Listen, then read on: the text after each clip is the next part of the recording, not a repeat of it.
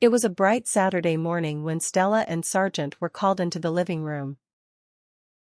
Waiting for them was a colorful gift bag tied with the biggest blue bow they had ever seen. Stella circled it carefully and sniffed every corner.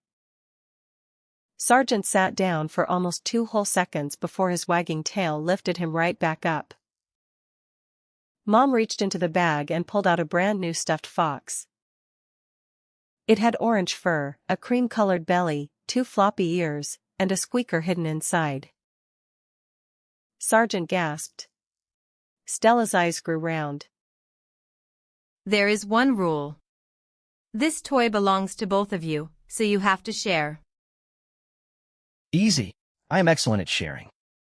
Stella glanced at his enormous puppy paws, then at the perfectly fluffy fox.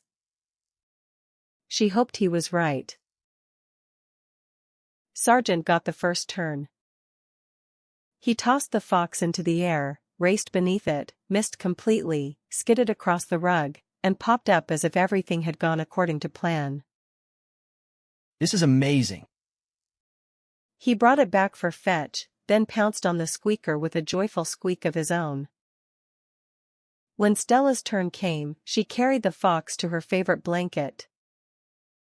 She turned around 3 times, curled into a tiny ball, and tucked one floppy ear beneath her chin. Sergeant stared. Aren't you going to play with it? I am playing with it. But you are not running. I am enjoying it quietly. Sergeant tilted his head. Stella smiled. The same toy made each dog happy in a completely different way. For a while, taking turns worked. But every time the fox returned to Stella, its fur looked a little messy. One ear bent backward. A tiny smudge appeared on one paw. Stella carefully brushed the fur flat. Sergeant, you have to be gentle. If you play too rough, you will ruin it. Sergeant stopped mid-bounce. But toys are made for fun. They are made to last. They're made to enjoy. They cannot be enjoyed if they are broken. Sergeant looked at the fox, then at Stella. If I cannot chase it, toss it, or make it squeak, what am I allowed to do? Keep it safe. That sounds a lot like not playing. Stella hugged the fox closer. Sergeant's ears drooped.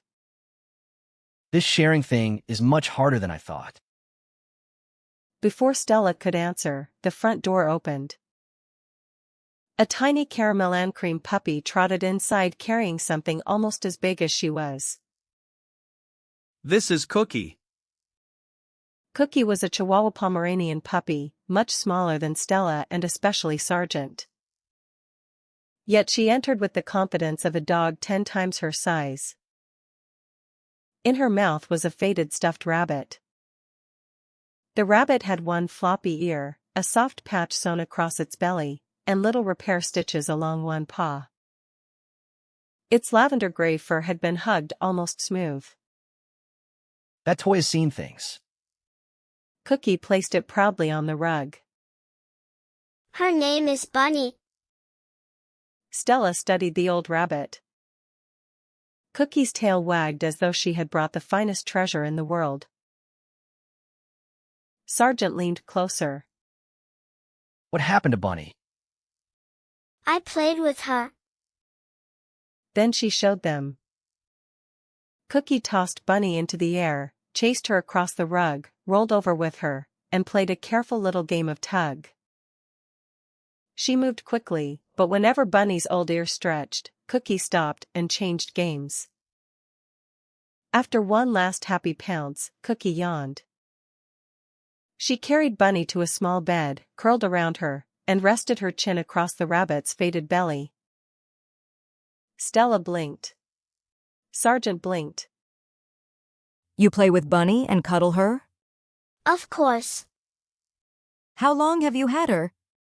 Since I was a baby. Bunny looked old, but Cookie looked at her with brand new love. Stella moved closer to Bunny. But isn't she worn out? She is. Sergeant grinned at Stella, certain that Cookie had proved his point. But Cookie gently rested her chin on Bunny. She is not worn out because I forgot to love her. She is worn because I loved her every single day. Cookie showed them the patch on Bunny's belly.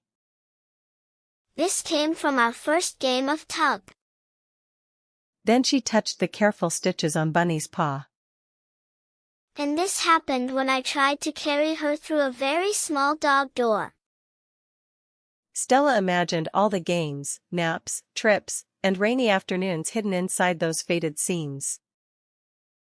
Maybe every mark was not damage. Maybe some marks were memories that could be held.